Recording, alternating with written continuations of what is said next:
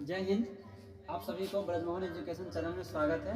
मैं नीतीश कुमार। मैं आप सभी को आज इलेक्ट्रॉनिक कम्युनिकेशन का पार्ट 2 लेक्चर लेकर आया हूं। दोस्तों, पहले लेक्चर में मैंने बताया था इलेक्ट्रॉनिक कम्युनिकेशन को के बारे में कुछ बेसिक सा नॉलेज बताया था, और वहां से जो छूट गए थी तो मैंने बताया था कि मैंने इसको पार्ट 2 लेक्चर में कवर कर लूँगा। ठीक है, तो चलिए आज पार्ट 2 लेक्चर को कवर करते हैं। अगर आप हमारे चैनल पर नए हैं तो जाकर के सर्च कीजिएगा ब्रजमोहन एजुकेशन चैनल, और फिर अगर आपको लेक्चर अच्छा लगे तो उसे लाइक सब्सक्राइब करिए और शेयर करना भी नहीं भूलिएगा। ठीक है, तो अगर आप पार्ट 1 को नहीं देखें, इलेक्ट्रॉनिक कॉन्फ़िगरेशन का पार्ट 1 लेक्चर नहीं देखे हैं तो एक बार सर्च करके पार्ट 1 लेक्चर को देख लीजिएगा, फिर पार्ट 2 लेक्चर आपको समझ में आएगा। तो चलिए, हम पार्ट 1 लेक्चर में पहले एक टॉपिक को कवर किए थे, वैलेंस इलेक्ट्रॉन। फिर हम इसको ब्रीफ में हल्का सा इंट्रोडक्शन दे देते हैं कि वैलेंस इलेक्ट्रॉन होता क्या है। तो देखिए, जब भी किसी एलिमेंट का जब हम इलेक्ट्रॉनिक कॉन्फ़िगरेशन लिखते हैं तो देखते हैं कि उसके जो सबसे बाहरी कक्षा है, जो आउटर मोस्ट ऑर्बिट है, तो आउटर मोस्ट ऑर्बिट में जितने भी इलेक्ट्रॉन थे उन सभी इलेक्ट्रॉन को हम वैलेंस इलेक्ट्रॉन बोला करते थे। ठीक है, तो आज हम उस वैलेंस इलेक्ट्रॉन के आधार पे पता करेंगे कि कौन सा मेटल होता है और कौन नॉन मेटल होता है। ठीक है, तो देखिए, पहला टॉपिक लिखिए मेटल।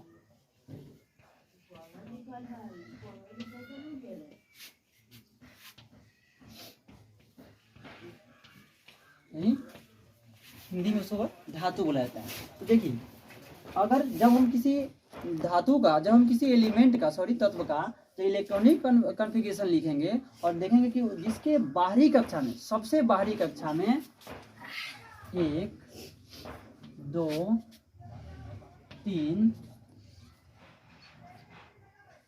या 3 तक ही, 4 तक नहीं लिखते, 3, जिसके सबसे बाहरी कक्षा में 1 2 या 3 इलेक्ट्रॉन हो, इसको सही से लिख सकते हैं।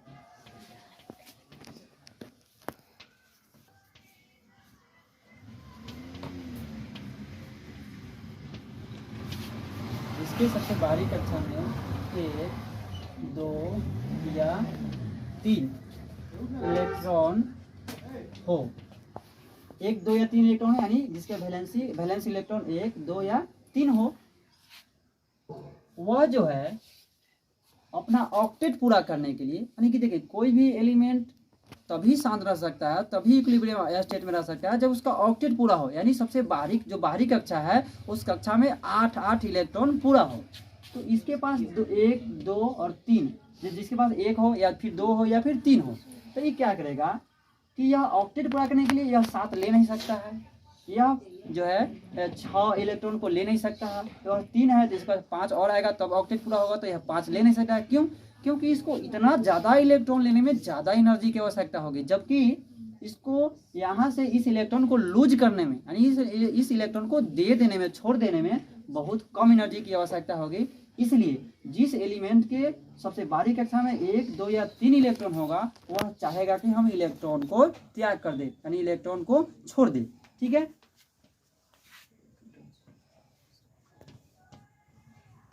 तो वह इलेक्ट्रॉन का त्याग करता। ठीक है, और जो इलेक्ट्रॉन का त्याग करता है वह धातु कहलाता है। जो इलेक्ट्रॉन का त्याग करेगा वह क्या कहलाएगा? धातु कहलाएगा।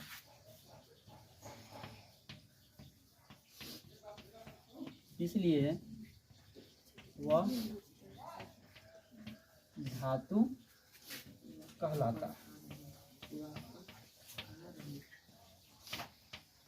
ठीक है, फिर अगला पॉइंट लिखते हैं नॉन मेटल।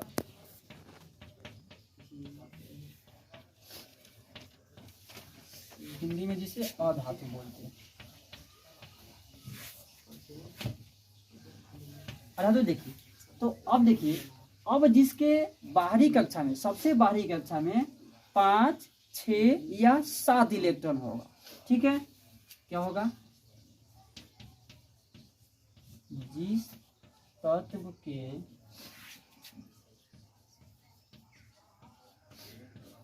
सबसे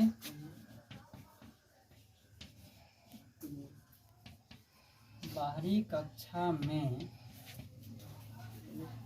5 6 या 7 इलेक्ट्रॉन होता है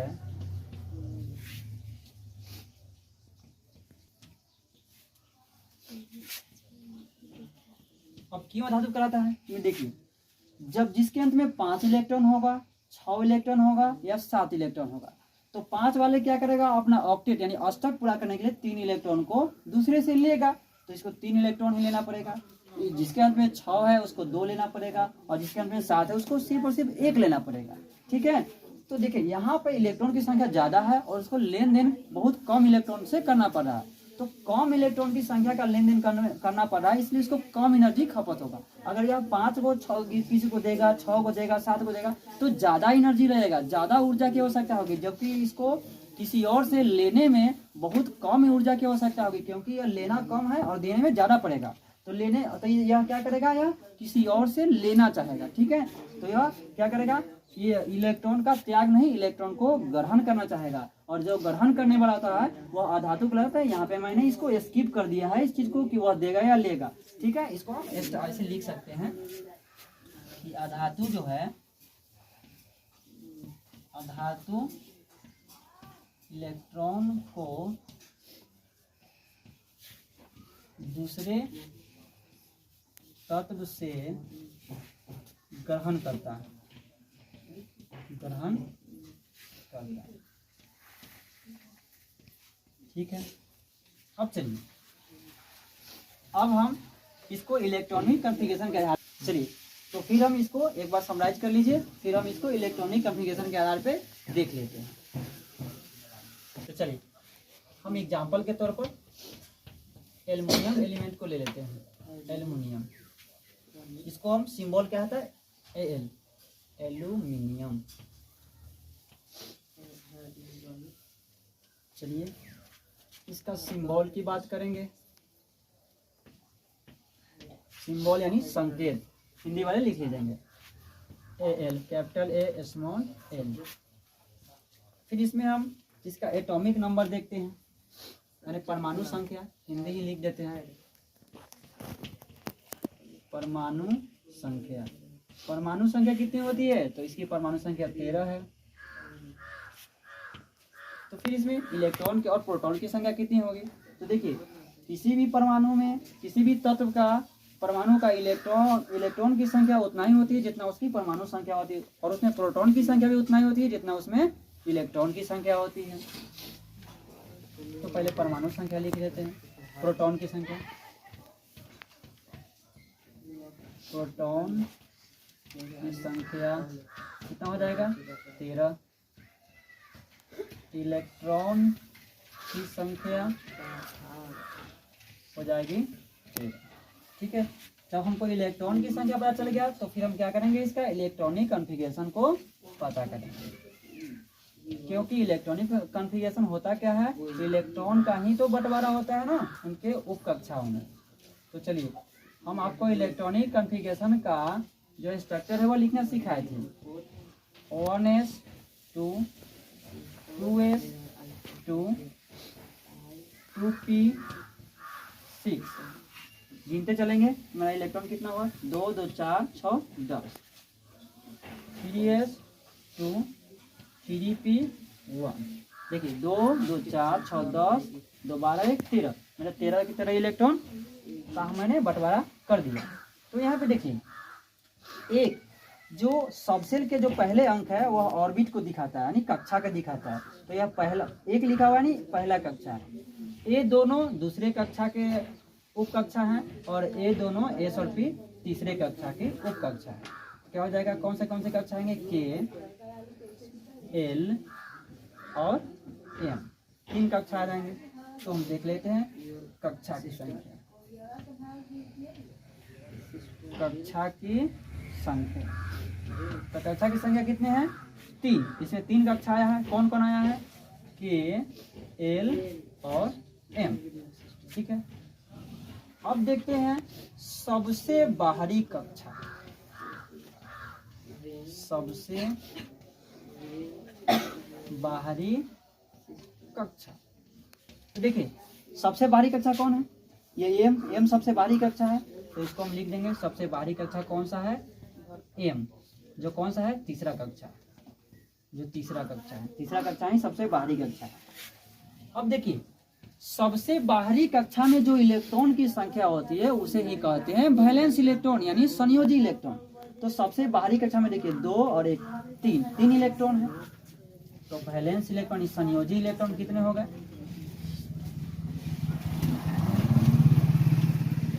संयोजी इलेक्ट्रॉन की संख्या, संयोजी इलेक्ट्रॉन की संख्या कितनी है, 3। अब देखिए अब इसके आधार पे हमको मेटल और नॉन मेटल छांटना है, क्योंकि हम बताए थे कि जब सबसे बाहरी कक्षा में इलेक्ट्रॉन की संख्या 1 2 या 3 हो तो वह क्या करता है, इलेक्ट्रॉन का त्याग करता है और उसे हम उस एलिमेंट को हम कहते हैं धातु।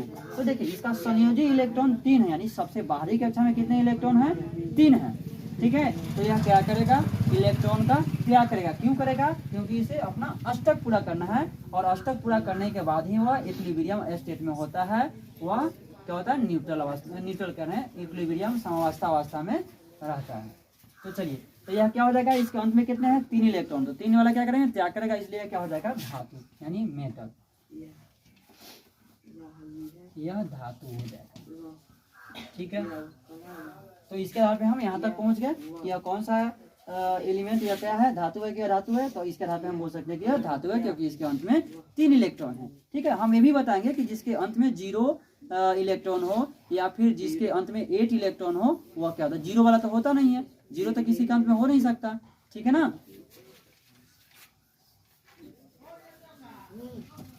तो 8 वाले के लिए हम दिखाएंगे, अगले नोट में दिखाएंगे। मैं दूसरा का एग्जाम्पल लेता हूँ, क्लोरीन को। चलिए, फिर उसी प्रकार हम इसका डाटा बनाते हैं। सिंबल क्या हो जाएगा इसका,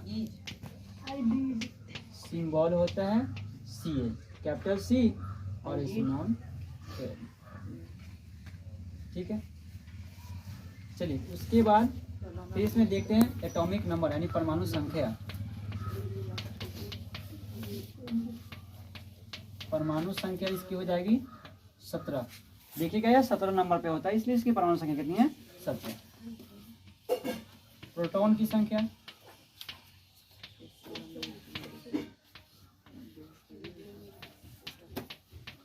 प्रोटॉन की संख्या भी 17 हो जाएगी, जो कि मैं पहले वीडियो में समझा चुके हैं। उसके बाद इलेक्ट्रॉन की संख्या, इलेक्ट्रॉन की संख्या भी 17 हो जाएगी। इसके आधार पे हम इलेक्ट्रॉनिक कॉन्फ़िगरेशन को लिखेंगे। इलेक्ट्रॉनिक कॉन्फ़िगरेशन शॉर्ट में इसे हम लिख देते हैं। चलिए 1s 2s 2p 3s 3p, फिर आता है 4s। तो देख लेते हैं 1s, एस में 2 होता है, जानते हैं कि यह सब ऑर्बिट है, यानी सब सेल भी इसको बोलते हैं। एस सब सेल में 2 इलेक्ट्रॉन ही हो सकते हैं। फिर यह एस है 2, पी में मैक्सिमम 6 हो सकता है और एस में फिर 2 हो जाएगा, फिर पी में 6 हो जाएंगे। तो देख लेते हैं 2 2 4 6 10 10 2 12 और 6 18, ज़्यादा हो गया तो यहाँ पे 5 ही बचेंगे। ठीक है, तो ये जो ज़्यादा वाला है उसको हम मिटा देंगे। ठीक है, जहाँ तक हमको जरूरी है वहीं तक लिखेंगे। तो चलिए इसमें देखिए कौन कितने कक्षा आए हैं। तो इसमें देखिए 1 है 1 कक्षा, 2 वाले ये सब दूसरी कक्षा है और 3 वाले तीसरी कक्षा है। तो पहली कक्षा कौन हो गई, के, दूसरी एल, तीसरी एम, क्योंकि कक्षा की नामकरण को हम के से स्टार्ट करते हैं। ठीक है, तो अब देखते हैं कक्षा की संख्या। कक्षा की संख्या, इसमें भी कक्षा की संख्या कितनी है, 3। कौन कौन है, ए है, एल है और एम है, सबके सब कैपिटल लिखेगा। फिर देखते हैं उप कक्षा की संख्या। उप कक्षा की संख्या, तो उप कक्षा कितने आए हैं, एस पी, सब जगह एस पी, यानी 2 ही उप कक्षा आए हैं। कौन कौन, एस और पी। ठीक है, अब चलिए अब हम देखते हैं सबसे बाहरी कक्षा कौन है। सबसे बाहरी कक्षा, जिसको हम इंग्लिश में आउटर मोस्ट ऑर्बिट बोलते हैं। तो सबसे बाहरी कक्षा देखिए, यही फिर एम आ गया ना, तीसरा कक्षा सबसे बाहरी कक्षा है। ठीक है, अब सबसे बाहरी कक्षा में अब चलिए एक और हम बात कर लेते हैं ग्रुप की, जो हम पिछले वीडियो में कवर किए हैं, ग्रुप नंबर और पीरियड नंबर। ठीक है, पीरियड नंबर यानी आवर्त संख्या,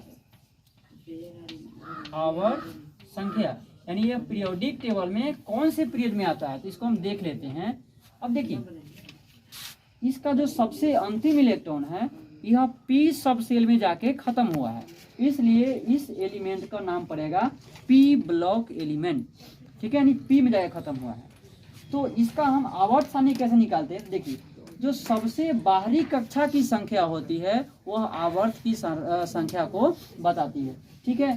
तो यह सबसे बाहरी किस में आ रहा है, 3, यानी इसकी आवर्त संख्या कितनी हो जाएगी, 3, ठीक है। इसका पीरियोडिक टेबल में देखिए जाके यह कितनी आवर्त संख्या में आएगी, तीसरी आवर्त संख्या में, 1 2 3, यानी तीसरी लाइन में आएगा कौन, क्लोरीन। उसके बाद देखते हैं ग्रुप नंबर यानी वर्ग संख्या, वर्ग संख्या ना, वर्ग संख्या। और वर्ग संख्या जानते हैं, जो खड़ी लाइन से आवर्त बनता है, सॉरी पड़ी लाइन से आवर्त बनता है और खड़ी लाइन से वर्ग बनता है। तो वर्ग की संख्या कितनी हो जाएगी, देखिए आप पीरियोडिक टेबल को ध्यान से देखिएगा तो इसमें 3 ब्लॉक है, 4 ब्लॉक है, जो पांचवा जो चौथा ब्लॉक है वो नीचे आ जाता है। तो एक लाइन से देखिए 3 ब्लॉक आते हैं, एस ब्लॉक, फिर बीच में आता है डी ब्लॉक और अंत में पी ब्लॉक। और जो लेंथेनॉइड और एक्टिनॉइड है वो सब ए ब्लॉक एलिमेंट है जो नीचे में आता है। तो देखिए एस में 2 ही ग्रुप होता है, ठीक है, और डी में पूरे के पूरे 10 ग्रुप होता है, इसमें 2 इसमें 10, और फिर पी में जो बाकी बच गया सब कितने आ गए, 10 2 12 और टोटल कितने होते हैं 18। तो इसमें कितने बच गए, 6, ठीक है ना। तो 6 ग्रुप जो है इसमें पी ब्लॉक में आते हैं। तो देखिए अब होता क्या है कि हम आपको सिखाए थे कि वर्ग संख्या कैसे निकालते हैं। तो जो सबसे बाहरी कक्षा में जो इलेक्ट्रॉन की संख्या होती है, यानी जो वैलेंसी होता है, वैलेंस इलेक्ट्रॉन होती है, वही उसका ग्रुप नंबर होता है। लेकिन यह वैलिड है सिर्फ और सिर्फ एस के लिए और डी के लिए। लेकिन पी में होता क्या है कि पी से पहले यह 10 जो एलिमेंट है वह डी ब्लॉक एलिमेंट आ जाता है, इसलिए इसमें जो है 10 जोड़ने के बाद इसका ग्रुप नंबर निकलता है, यानी जो उसका वर्ग संख्या है वो निकलता है। तो सबसे बाहरी कक्षा में कितने इलेक्ट्रॉन है, 5 और 2 और 5 7 इलेक्ट्रॉन है। तो इसमें 10 जोड़ेंगे तो कितना रहेगा, 17, यानी यह कितने वर्ग में आएंगे, 17वां वर्ग में आएंगे। किसमें आएंगे, 17वां वर्ग में। अब देखिए इसका नामकरण 2 तरीका से किया जाता है, एक तो 1 2 3 4 5 6 ऐसे 8 18 तक जाता है। दूसरा कैसे होता है, 1A 2A 3A 4A 5A ऐसे करके जाता है। फिर डी ब्लॉक वाले के लिए बी। तो देखिए एस और पी ब्लॉक वाले के लिए हम ए देते हैं और डी ब्लॉक वाले के लिए फिर एफ ब्लॉक वाले के लिए बी लिखा जाता है।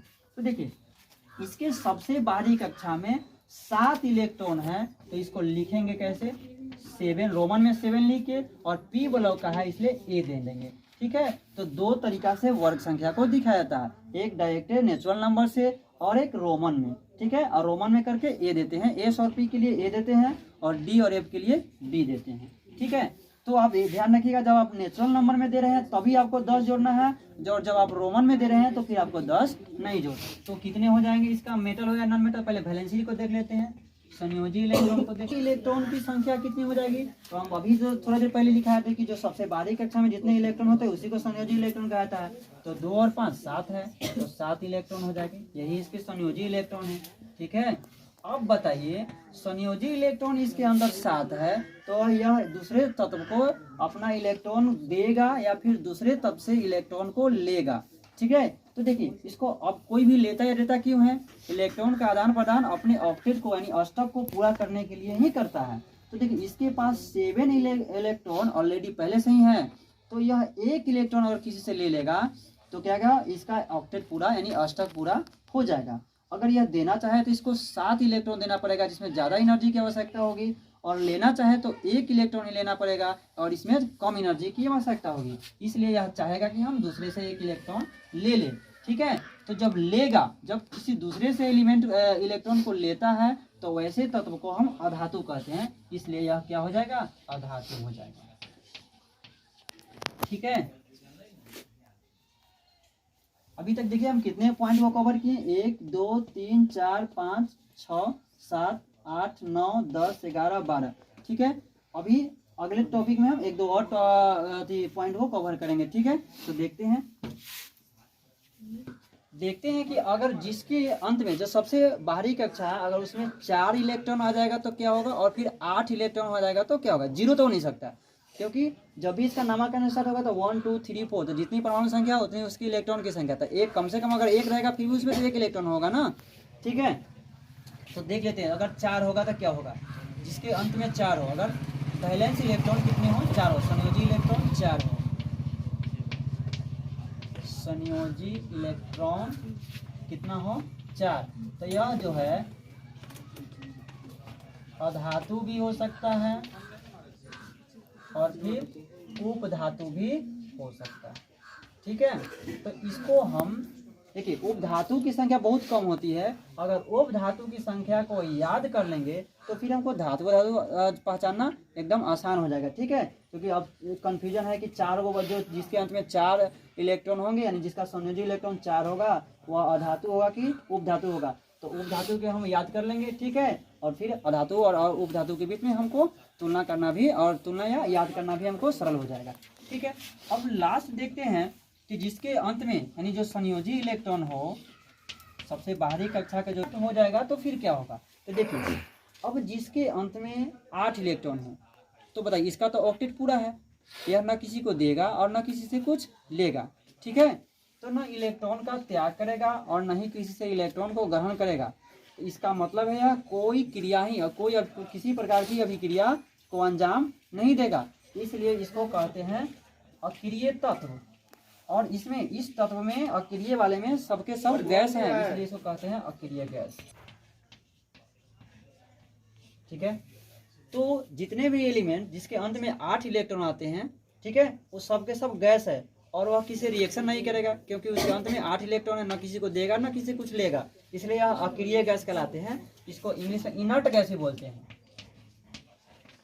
इनर्ट गैस, या फिर इसी को हम नोबेल गैस के नाम से जानते हैं,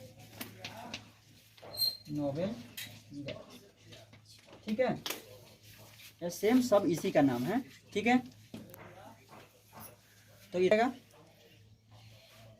एक अन्य टॉपिक को देखते हैं, वैलेंसी। वैलेंसी यानी संयोजकता।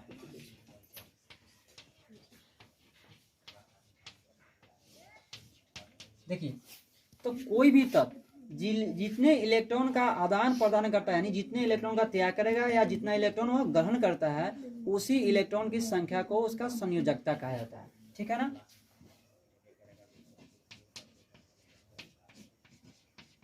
का त्याग करता है या ग्रहण करता है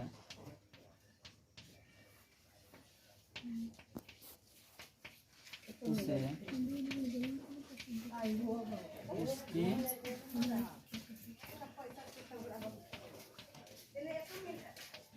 संयोजकता कही जाती है, इसे उसकी संयोजकता कही जाती है।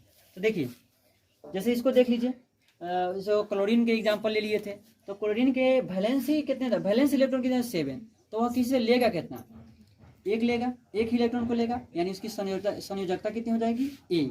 ठीक है ना, अब चलिए अब देखते हैं कि किस पे प्लस चार्ज होगा किस पे माइनस चार्ज होगा।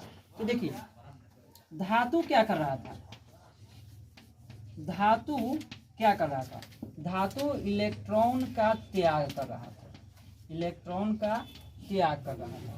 तो जब धातु इलेक्ट्रॉन का त्याग करेगा, अपने मानिए माइनस चार्ज को, अब देखो न्यूट्रल अवस्था में तो सबके इलेक्ट्रॉन और प्रोटॉन दोनों की संख्या बराबर होती है, इसलिए दोनों बैलेंस होते हैं, कोई चार्ज नहीं होती है। जब यहाँ से इलेक्ट्रॉन निकल जाएगा तो बताइए यहाँ पे तो प्लस चार्ज बढ़ना तय है ना, क्यों बढ़ना तय है, क्योंकि अब एक प्रोटॉन को बैलेंस करने, अगर एक इलेक्ट्रॉन चला जाएगा तो एक प्रोटॉन अनबैलेंस हो जाएगा। ठीक ना, यानी इस पे उसको तो न्यूट्रल करने वाला कोई रहा नहीं, इसलिए एक प्लस चार्ज बढ़ जाएगा। अगर 2 इलेक्ट्रॉन चला जाए तो 2 प्लस चार्ज वहाँ पे बढ़ जाएगा। ठीक है ना, तो अब देखिए धातु जो है इलेक्ट्रॉन का त्याग कर रहा है, इसलिए इसके ऊपर कौन सा चार्ज होता है, प्लस चार्ज। कौन सा चार्ज होता है, प्लस चार्ज। ठीक है, प्लस चार्ज यानी धन आवेश, और इसके लिए इसके ऊपर क्या दिखाया जाता है, प्लस चिन्ह को लिखकर दिखा दिया जाता है। उसके बाद आता है अधातु। अब कितना प्लस चार्ज होगा, तो जितने इलेक्ट्रॉन का त्याग करेगा उतना उस पर प्लस चार्ज चढ़ जाएगा, ठीक है ना। अब उसका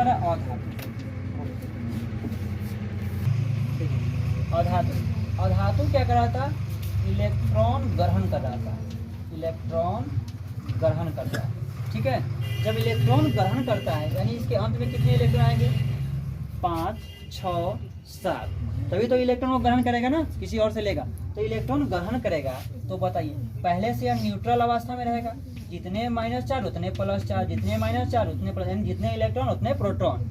लेकिन अगर किसी से इलेक्ट्रॉन एक्स्ट्रा इलेक्ट्रॉन लेगा तो इलेक्ट्रॉन के पास से माइनस चार्ज होता है, तो उतना, अगर एक इलेक्ट्रॉन लिया तो एक माइनस चार्ज बढ़ गया, 2 इलेक्ट्रॉन लिया तो 2 माइनस चार्ज बढ़ गया, ठीक है। तो यानी इसके ऊपर कौन सा चार्ज चढ़ेगा, माइनस चार्ज। कौन सा चार्ज चढ़ेगा, माइनस चार्ज, ठीक है। और माइनस चार्ज दिखाएंगे कैसे, तो माइनस के चिन्ह लेकर दिखाया जाता है। अब कितना माइनस चार्ज किस पे चढ़ेगा, तो जितना इलेक्ट्रॉन को लेगा, अब जितना इलेक्ट्रॉन को लेगा ग्रहण करेगा, यानी वही ना उसकी संयोजकता होती है, यानी जितना उसकी संयोजकता होगी उतना ही उस पे निगेटिव साइन, माइनस का चिन्ह लग जाएगा, ठीक है ना। और इलेक्ट्रॉन का और जितना इलेक्ट्रॉन को त्याग करेगा और जितना त्याग करेगा वही उसका फिर वैलेंसी हो गया, क्योंकि जितना इलेक्ट्रॉन का त्याग करता है या ग्रहण करता है वही उसका वैलेंसी कहलाता है, ठीक है। तो जितने इलेक्ट्रॉन का त्याग करेगा उतना, मानी जितना उसकी वैलेंसी होगी, संयोजकता होगी, उतना है उस पर प्लस चार्ज चढ़ेगा, ठीक है। यानी धातु पर प्लस चार्ज होगा और अधातु पे माइनस चार्ज होगा, ठीक है। और इनर्ट वाले गैस पे, जो इनर्ट गैस है, अक्रिय गैस था, उस पर कोई चार्ज नहीं रहेगा, ठीक है, क्योंकि ना तो इलेक्ट्रॉन को लेता है ना इलेक्ट्रॉन को देता है, ठीक है। अब एक लास्ट टॉपिक बचा है, इलेक्ट्रॉन डॉट स्ट्रक्चर और ऑर्बिटल डायग्राम।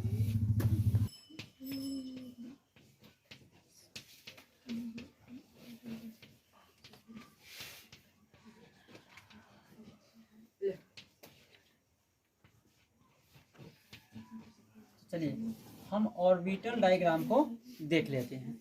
तो देखिए ऑर्बिटल डायग्राम हम लिखेंगे यहाँ पे सिर्फ और सिर्फ सबसे बाहरी कक्षा का, ठीक है, सबसे बाहरी कक्षा का ऑर्बिटल डायग्राम को यहाँ पे हम देखेंगे।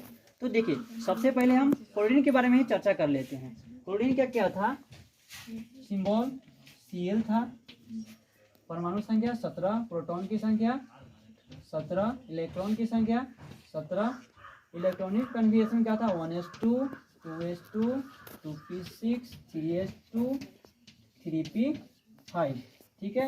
ये पहला कक्षा था, ये दूसरा कक्षा था और ये तीसरा कक्षा था। कक्षा की संख्या 3 थी, कौन कौन, K, L, M।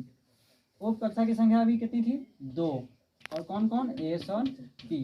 सबसे बाहरी कक्षा, तीसरा कक्षा सबसे बाहरी कक्षा था। ऐसे नहीं सोचिएगा कि सबसे बाहरी कक्षा 3 है, नहीं, सबसे बाहरी कोई एक ही कक्षा हो सकता है, ये तीसरा कक्षा है, उसका नाम क्या है, M। और आवर्त संख्या इसकी कितनी थी, 3, वर्ग संख्या कितनी थी, 7 इलेक्ट्रॉन है अंत में, तो कितना हो जाएगा, 10 जुड़ जाएंगे इसमें, क्योंकि P ब्लॉक एलिमेंट है, तो क्या हो जाएगा, 10 7 17, 17वां वर्ग में आता है। या फिर इसको अगर रोमन में लिखेंगे तो 10 नहीं जोड़ेंगे, 7, और P ब्लॉक है इसलिए A। सबसे संयोजी इलेक्ट्रॉन कितना था, तो सबसे बाहरी कक्षा में 7 इलेक्ट्रॉन है, यानी यही इसकी संयोजी इलेक्ट्रॉन रहेगी, 7, ठीक है। संयोजी इलेक्ट्रॉन की संख्या, संयोजी इलेक्ट्रॉन की संख्या, संयोजी इलेक्ट्रॉन की संख्या कितनी हो जाएगी, 7। और जब संयोजी इलेक्ट्रॉन की संख्या 7 है इसलिए हो जाएगा यह अधातु, ठीक है, अधातु हो जाएगा। और जब यह अधातु है इस पर कौन सा चार्ज चढ़ेगा, तो माइनस चार्ज। कौन सा चार्ज चढ़ेगा, यानी ऋण आवेशित हो जाएगा यह, ठीक है। इसको इलेक्ट्रॉन निगेटिव एलिमेंट बोलेंगे, ऋण आवेशित, ऋण आवेशित तत्व, यह ऋण आवेशित तत्व होता है, ठीक है। उसके बाद हम इसका अब देख रहे हैं क्या, ऑर्बिटल डायग्राम। तो सबसे बाहरी कक्षा कौन था, 3, यानी M का ऑर्बिटल डायग्राम खींचेंगे। देखिए 3s और 3p है अंत में, 3s 3p, ठीक है, 3s और 3p, 3s में 2 और 3p में 5 है। इसका तो ऑर्बिटल डायग्राम कैसे खींचे देखिए। तो ऑर्बिटल हम सिखाए थे, ऑर्बिटल क्या होता है, it is a house of electron, ठीक है, और it is square shape, square की तरह होता है, वर्ग की तरह होता है। तो एस के लिए कितने ऑर्बिटल की आवश्यकता होती है, 1, क्योंकि एक ऑर्बिटल में मैक्सिमम 2 इलेक्ट्रॉन ही रह सकते हैं और एस सबसेल में मैक्सिमम 2 इलेक्ट्रॉन ही होते हैं। तो 2 का रखने के लिए एक ही घर की आवश्यकता होगी। पी में मैक्सिमम 6 इलेक्ट्रॉन आ सकते हैं, इसलिए अगर और एक घर में 2 इलेक्ट्रॉन हो सकते हैं। पी में 6 इलेक्ट्रॉन आ सकते हैं और एक घर में 2 हो सकते हैं, तो इसके 6 को रखने के लिए 3 घर की आवश्यकता होगी, 3 ऑर्बिटल की आवश्यकता होगी। सबके सब स्क्वायर शेप होता है, ठीक है। तो देखो इसमें तो 2,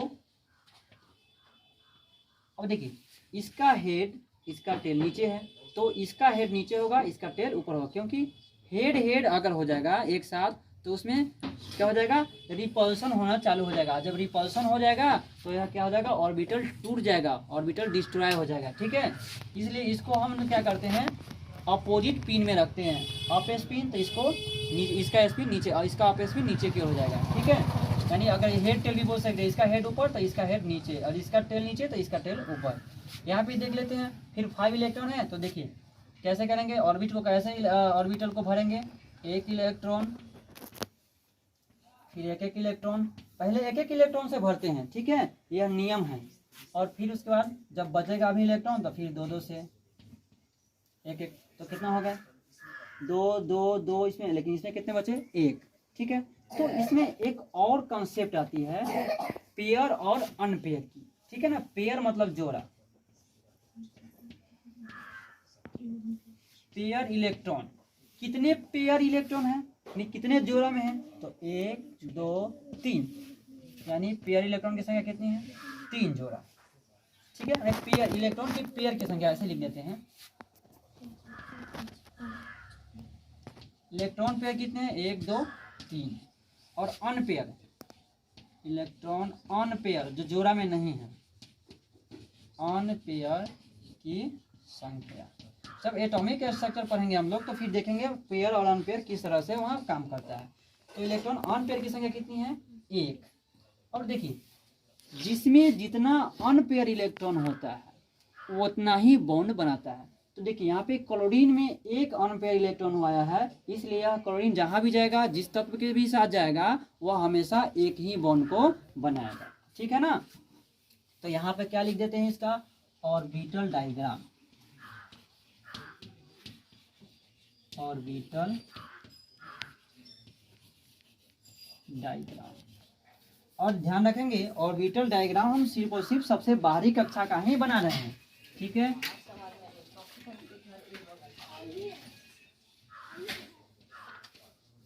ये 3s है 2 और यह 3p है,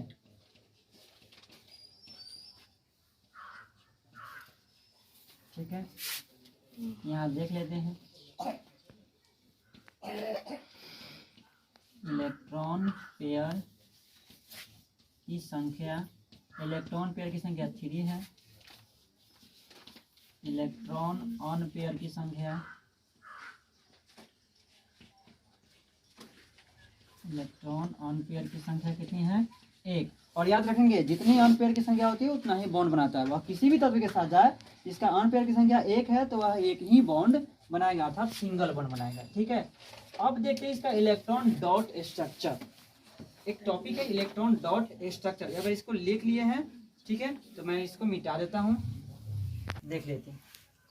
तो देखिए जब हम ऑर्बिटल डायग्राम इसका बनाया है क्लोरीन का, तो क्या आया है, अनपेयर की इलेक्ट्रॉन का पेयर कितने आया है, 3, और अनपेयर कितने आया है, 1। तो देखिए क्लोरीन को लिख देंगे, देखते हैं कितने पेयर है कितने अनपेयर है। तो इलेक्ट्रॉन का पेयर 3 है, तो 3 पेयर को दिखा देंगे। ये जो बिंदु है वह इलेक्ट्रॉन है, इस बिंदु को क्या मानते हैं, इलेक्ट्रॉन। तो 1 पेयर हो गया, यहाँ पे 1 पेयर यानी 1 जोड़ा हो गया, यहाँ पे 1 पेयर तो 3 जोड़ा हो गया, और 1 अनपेयर है तो 1 अनपेयर को साइड में दिखा देंगे। अब जब भी यह किसी से रिएक्शन करेगा तो यही इलेक्ट्रॉन जाएगा उसके साथ बॉन्डिंग बनाने, ठीक है। और इसको बड़ी कोष्ठ से घेर देते हैं, ठीक है। यही इसका इलेक्ट्रॉन डॉट स्ट्रक्चर है। यहाँ पे जगह बहुत कम है, इसलिए इस पॉइंट को मैं यहाँ पे दिखा दे रहा हूँ कि क्लोरीन का अगर इलेक्ट्रॉन डॉट स्ट्रक्चर दिखाना होगा तो कैसे दिखाएंगे, तो इस प्रकार हम इसको दिखा सकते हैं, या इसको बोलते हैं इलेक्ट्रॉन डॉट स्ट्रक्चर। तो इस प्रकार देखिए हम एक इलेक्ट्रॉनिक कॉन्फ़िगरेशन के आधार पे किसी तत्व के बारे में क्या क्या प्राप्त कर सकते हैं। तो सबसे पहले सिंबल तो आपको याद करना पड़ेगा, परमाणु संख्या भी याद करनी पड़ेगी। जब परमाणु संख्या याद हो जाएगी तो हम देखेंगे कि जितनी परमाणु संख्या होता है उतनी उसकी प्रोटॉन की संख्या होती है, और जितनी प्रोटॉन की संख्या होती है उतनी उसमें इलेक्ट्रॉन की संख्या होती है, क्योंकि वो न्यूट्रल अवस्था में। ठीक है, उसके बाद जब इसका इलेक्ट्रॉनिक कॉन्फ़िगरेशन निकालेंगे, इलेक्ट्रॉनिक कॉन्फ़िगरेशन का जो क्रम है वो भी हम आपको पिछले लेक्चर में दिखा चुके हैं। देखने के बाद जब हम इसका इलेक्ट्रॉनिक कॉन्फ़िगरेशन को लिख देते हैं, फिर देखते हैं इसमें कक्षा की संख्या कितनी है। तो देखिए, जो सबसेल के जो पहले जो अंक लिखा रहता है वह कक्षा की संख्या को इंडिकेट करता है, कक्षा की संख्या को बताता है। तो इसके पहले 1 लिखा है, तो 1 वाला कोई नहीं है तो पहला कक्षा हो गया। दूसरे वाले में देखिए 2 यहाँ मिला तो दूसरा कक्षा हो गया, और 3 वाला तो तीसरा कक्षा। और कक्षा के नामकरण को हमेशा हम के से स्टार्ट करते हैं, तो KL M, यानी कक्षा की संख्या 3 हो गई, जो कि KL और M है। फिर उप कक्षा की संख्या देखते हैं, तो उप कक्षा 4 होती है, S P D F। ठीक है, मुख्य रूप से 4 होती है। तो इसमें देखिए कि उप कक्षा की संख्या कितनी है, 2। ASP, ऐसा नहीं कि ASP ऐसा करके 4, ऐसा नहीं। हम सिर्फ और सिर्फ आपसे पूछना है कि कौन कौन सी उप कक्षा इसमें आई है। इसमें केवल और केवल 2 ही उप कक्षा आई है, S और P, D और F नहीं आई है। ठीक है, चलिए तो यहाँ पे देख लेंगे कौन कौन है, S और P है। सबसे बाहरी कक्षा कौन है, तो सबसे बाहरी कक्षा जो तीसरा कक्षा है, यानी जिसका नाम क्या है, M है। आवर्त संख्या, तो जो सबसे बाहरी कक्षा की संख्या होती है वही पीरियड नंबर यानी आवर्त संख्या को दिखाती है। तो यहाँ पे सबसे बाहरी कक्षा की संख्या 3 है, इसलिए आवर्त संख्या कितनी हो जाएगी, 3। अंत और अलग आती है वर्ग संख्या। तो वर्ग संख्या क्या है, तो देखिए अब वर्ग संख्या में थोड़ा सा लोचा है। हम बोले थे कि सबसे बाहरी कक्षा में जो इलेक्ट्रॉन की संख्या होती है उतना ही उसका वर्ग संख्या होता है, लेकिन यह जो है S और D के लिए वैलिड है, क्योंकि यह दोनों रेगुलर है, S के बाद D है। लेकिन P जो है D के बाद आता है, और D में 10 एलिमेंट है, टोटल 10 एलिमेंट्स है, इसलिए इसमें 10 को जोड़ना पड़ता है। तो लास्ट कक्षा में देखिए कहीं हम लिखे होंगे संयोजी, हाँ संयोजी इलेक्ट्रॉन की संख्या 7 है। ठीक है, यानी 7 जो सबसे बाहरी कक्षा में इलेक्ट्रॉन की संख्या वो 7 है, तो उसमें 10 जोड़ेंगे तब जाके क्या होगा, उसकी वर्ग संख्या निकलेगी, क्योंकि यह P ब्लॉक एलिमेंट है, यह D के बाद आता है, तो 17 हो जाएगी। ठीक है, अगर इसको रोमन में लिखना चाहेंगे तो रोमन में लिखने के लिए इसमें 10 जोड़ने की जरूरत नहीं है, इसमें सिर्फ और सिर्फ देखने की जरूरत है कि यह S ब्लॉक है या P ब्लॉक है। तो S और P कैसे डिपेंड होता है, तो देखिए लास्ट इलेक्ट्रॉन जिस सबसेल में होता है उसे उसी के ब्लॉक का नाम दिया जाता है। जैसे लास्ट इलेक्ट्रॉन इसका P में है तो ये P ब्लॉक एलिमेंट कहलाया, अगर S में होता तो S ब्लॉक एलिमेंट कहलाता, अगर D में होता तो D ब्लॉक एलिमेंट कहलाता, अगर F में होता तो वह F ब्लॉक एलिमेंट कहलाता। तो देखिए S ब्लॉक और P ब्लॉक के लिए हम A दिखाते, A से लिखते हैं, S ब्लॉक और S और P के लिए हम A दिखाते हैं, और D ब्लॉक और F ब्लॉक के एलिमेंट के लिए हम B का यूज करते हैं। ठीक है, तो हम इसको जब रोमन में लिखेंगे तो 10 नहीं जोड़ेंगे, 7 आया तो 7 लिख कर रोमन में और A दे देंगे, क्योंकि यह P ब्लॉक एलिमेंट है। ठीक है, इसको ब्लॉक भी हम लिख सकते हैं अपने मन से क्या, इलेक्ट्रॉनिक कॉन्फ़िगरेशन को देखकर। ठीक है, उसके बाद देखेंगे कि यह धातु है कि अधातु है। तो हम बताए थे कि जिसके सबसे बाहरी कक्षा में 5, 6 और 7 इलेक्ट्रॉन होता है वो अधातु होता है, क्योंकि वह अपना ऑक्टेट पूरा करने के लिए किसी न किसी से अपना इलेक्ट्रॉन को लेगा। तो इसके अंत में संयोजी इलेक्ट्रॉन कितने हैं, 7, यानी सबसे बाहरी कक्षा के इलेक्ट्रॉन की संख्या 7 है, इसलिए यह एक इलेक्ट्रॉन दूसरे से लेगा और दूसरे से लिया तो अधातु।